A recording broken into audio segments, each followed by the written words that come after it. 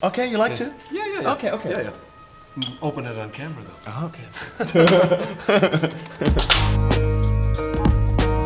Zum neuen X-Men-Film Dark Phoenix habe ich die große Freude und Ehre, mit Magneto himself hier zu sitzen. Michael, it's such a pleasure to see you again, to meet you again. Likewise. I just watched the movie and it was just like, okay, from 2011, from First Class, every one of you just became fucking Older. world star and older, a little bit. So, what's the feeling to come back to the set? Because everyone, each of you, has shot so many different stuff, but you're all always coming back, and everyone is getting more famous. Yeah, it's really it's been incredible to watch. For example, somebody like Jennifer. Her career really explode and take off. We feel like really a family. We've sort of known each other 9 years now. We shot it in 2010, First Class. So yeah, I have a lot of affection for the people that were, and the new cast as well. Fantastic new bunch of actors, and it was really nice for us, the First Class crowd, to invite this new cast in as well, just the way that we were invited in by the old X-Men cast. It's nice to sort of pass on the baton like that.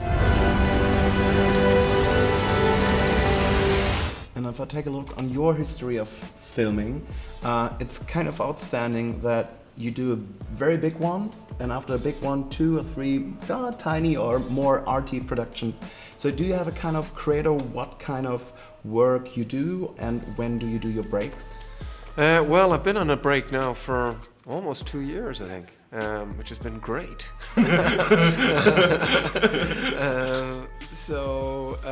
Yeah, I've just, I had an appetite for working a lot. And so for 10 years, I really kind of just was full on. And then it was just about whatever scripts came my way, something that I thought that I hadn't really done before, a new character, new challenge, a new story, whether it be small or big. But it was always important to do both. It was just really responding to the material that I read, the people involved. So after the break, you are hungry again to do new projects, or is it just like, maybe just one movie because break was awesome? Yeah, I think more like that. I won't do the crazy body of work that I did in that 10-year period. There's other things that I'm interested in doing now as well. I'm certainly, I'm going back to work this summer actually with David Sandberg's Kung Fury. So I'm looking forward to that. It's going to be fun, and then we'll see some other things bubbling away as well. So as an actor, is it possible during all the work to explore the places you have to work in? Yeah, the great thing about filming on location is you're filming with a large number of the crew will be from that area or that country, and so you really get an inside line into the place that you're shooting at. Usually if you go to a place as a tourist, maybe you're there a week, 2 weeks, and you kind of go by sort of a guidebook or whatever it is. When you're shooting, you really have that sort of local knowledge, and you're all hanging out together, you're working together. It's a really good way to get to know a place. Is there a place you want to go back, or maybe you already did?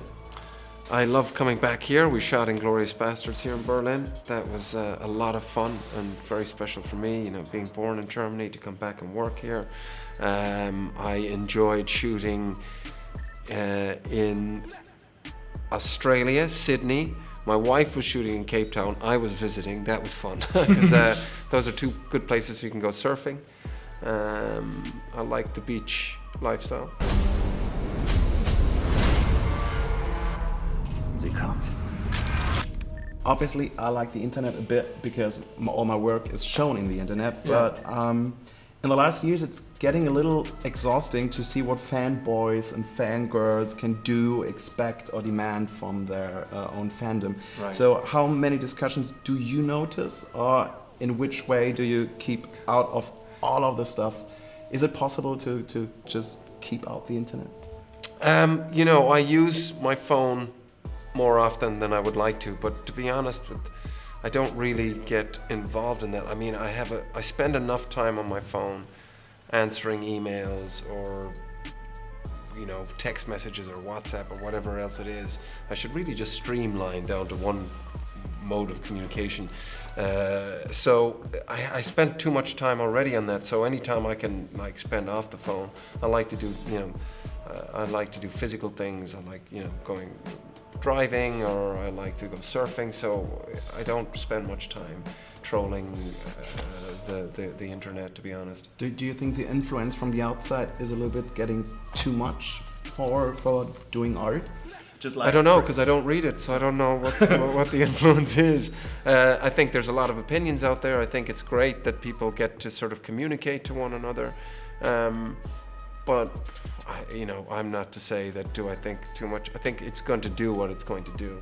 I don't the idea of people going, well, it's too much, it's not good, it's bad.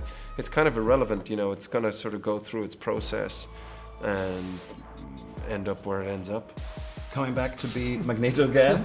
Yeah. So because you did not read anything about all the discussions, coming back to be Magneto, how do you find new depth in a character you already played for 3 times? Is there a way to find a new depth? Well, that's the great thing about Eric or Magneto. It's there's so much in his history. So much has happened to him, and he's got very uncompromising approaches to try and get his end effect. He's very Machiavellian, so the end justifies the means. He's also got an interesting sort of code of honor of some sort, and those are very strong elements to mix together. And then, of course, it just depends on where he is in his timeline. So from the beginning, I had First Class, and that was Eric Lenzer discovering Magneto, becoming Magneto, through the sort of help of Charles Xavier. And the beginning of that relationship, which is a fascinating relationship. It's very sophisticated. They're 2 different ideologies sort of at war, and at times they work together. I do believe that Charles is Eric's best friend. So very complicated relationships, very complicated personality types. And then the second one, he's basically a terrorist. In Days of Future Past, he's an anarchist, terrorist, call it what you will, a megalomaniac. He's in prison, he gets broken out of prison, and all hell breaks loose because of it. And the third one, he's a family man. He stepped away, hung the helmet up, and he's just trying to live a simple life with his family. That doesn't work out.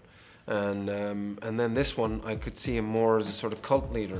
He's found Genosha. He's managed to set up this state, this home where mutants are safe and they can live in harmony, and that's as good as that's as peaceful as he's going to be.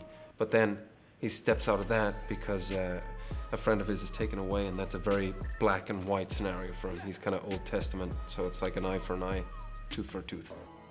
Mein Name ist nicht Henrik. Mein Name ist Magneto.